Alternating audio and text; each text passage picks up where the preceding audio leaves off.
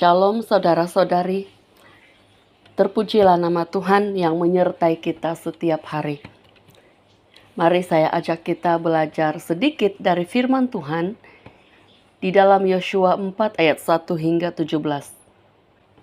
Yang merupakan sebuah cerita tentang bagaimana Yosua memimpin bangsa Israel untuk menyeberangi sungai Yordan demi menuju ke tanah perjanjian.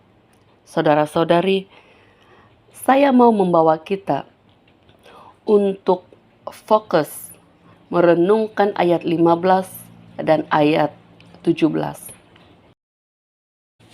Segera sesudah para pengangkat tabut itu sampai ke sungai Yordan itu, dan para imam pengangkat tabut itu mencelupkan kakinya ke dalam air di tepi sungai itu, sungai Yordan itu sebak sampai meluap sepanjang tepinya selama musim menuai. Maka berhentilah air itu mengalir. Air yang turun dari hulu melonjak menjadi bendungan. Jauh sekali di dekat Adam, kota yang terletak di sebelah Sartan. Sedang air yang turun ke Laut Arabah itu, yakni Laut Asin, terputus sama sekali. Lalu menyeberanglah bangsa itu di tentangan Yeriko. Tetapi para imam, pengangkat tabut perjanjian Tuhan itu, tetap berdiri di tanah yang kering, di tengah-tengah sungai Yordan. Sedang seluruh bangsa Israel menyeberang di tanah yang kering. Sampai seluruh bangsa itu selesai menyeberang sungai Yordan. Saudara-saudari, para imam itu bukan hanya sekadar mengangkat tabut perjanjian Tuhan. Sebelum bertugas, mereka telah dipersiapkan dan menguduskan diri secara khusus untuk tugas ini. Ketika diarah oleh Yosua untuk melangkah ke sungai Yordan, ada mukjizat yang terjadi. Mereka tidak teragak-agak untuk melangkah sambil mengangkat tabut itu dengan penuh percaya Tuhan. Ketika sampai di tengah-tengah sungai, mereka berhenti, namun tetap berdiri dalam posisi mengangkat tabut itu. Saudara-saudari, yang menjadi perhatian kita hari ini adalah bagaimana para imam pengangkat tabut perjanjian Tuhan itu tetap teguh berdiri di tengah-tengah sungai sehingga seluruh bangsa Israel selesai menyeberangi sungai Yordan. Berapa jam agak-agaknya mereka tetap berdiri teguh di tempat itu dalam posisi yang sama. Menyeberangi sungai Yordan bukan semudah dan sesingkat waktu menyeberangi jalan raya. Apatah lagi jika bukan seorang dua yang menyeberang, tetapi seluruh bangsa Israel. Ada wanita, ada anak-anak kecil juga. Tidaklah secepat yang mungkin kita boleh bayangkan. Tidak pasti selebar mana sungai Yordan ketika itu. Yang pasti perjalanan itu tidak semudah yang kita boleh bayangkan. Dengan puluhan bahkan ratusan ribu orang yang menyeberanginya. Saudara-saudari, ketika saya merenungkan hal ini, saya terfikir, bagaimana para imam pengangkat tabut itu bertahan? Tidakkah mereka penat? Tidakkah mereka lapar dan dahaga? Atau tidakkah mereka terasa hendak pergi membuang air kecil atau besar? Saya sulit sekali membayangkan keadaan mereka. Apa yang jelas adalah mereka tetap teguh berdiri di tengah-tengah sungai itu sehinggalah seluruh bangsa itu menyeberang. Mereka bertahan demi Tuhan yang memilih mereka. Mereka bertahan demi masa depan bangsanya, demi generasi baru mereka. Mereka mengangkat tabut perjanjian Tuhan yang mana menggambarkan tentang kehadiran dan penyertaan Tuhan di tengah-tengah bangsa Israel. Saudara-saudari, ketahanan mereka ini membuat saya berpikir, menyelidiki, dan merenungkan tugas dan tanggung jawab yang telah Tuhan berikan kepada saya. Baik sebagai istri, sebagai ibu, sebagai kawan, sebagai anak, bahkan sebagai pelayan Tuhan. Apa yang sudah saya lakukan selama ini?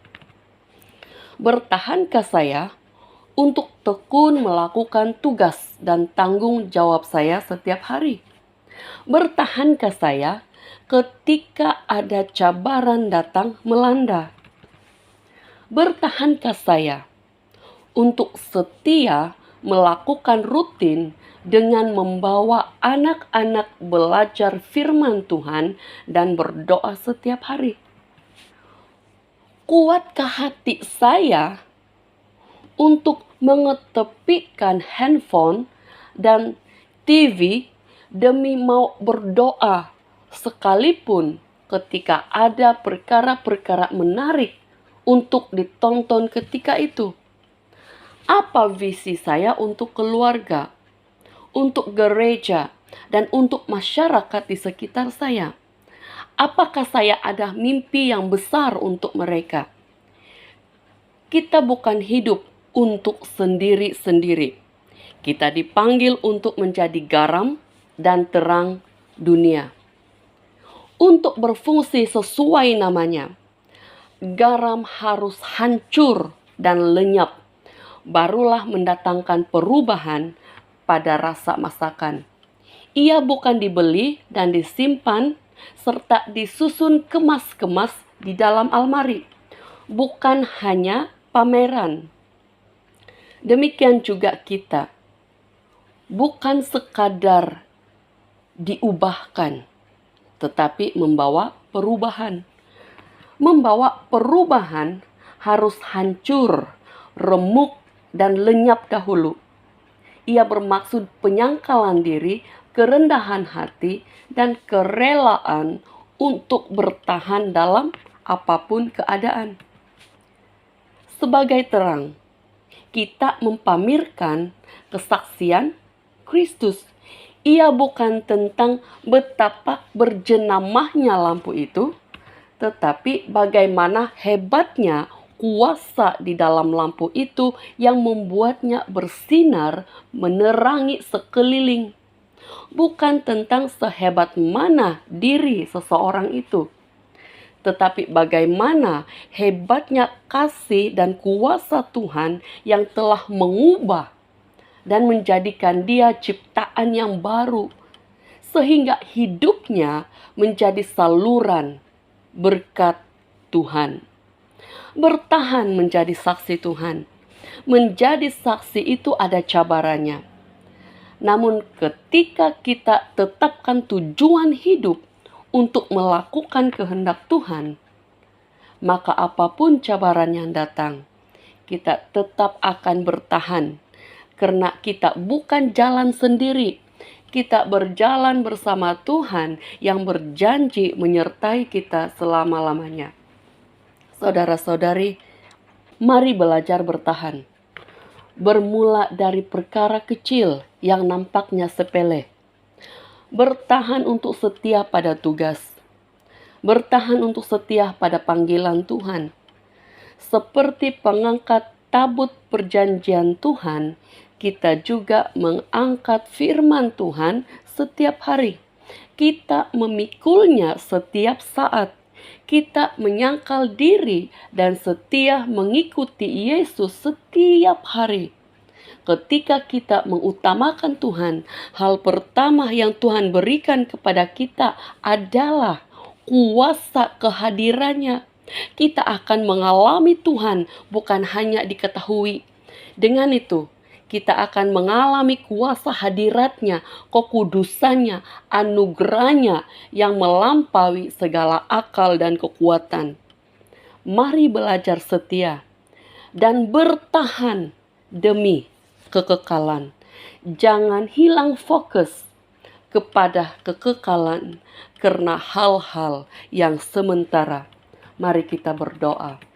Tuhan Yesus, terima kasih untuk hari ini yang Engkau anugerahkan kepada kami. Satu hari, sekali lagi, Engkau memberi kami kesempatan. Kesempatan untuk menjadi berkat bagi orang lain. Kesempatan untuk melakukan tugas dan panggilan yang Tuhan beri kepada kami. Tolong kami untuk belajar bertahan sampai akhir di dalam setiap tugas dan tanggung jawab yang Kau beri kepada kami. Tolong kami agar tidak mengambil remeh semua perkara yang telah Engkau amanahkan di dalam hidup kami. Sampai suatu saat nanti kami akan dipertanggungjawabkan atas apa yang telah kami katakan dan lakukan.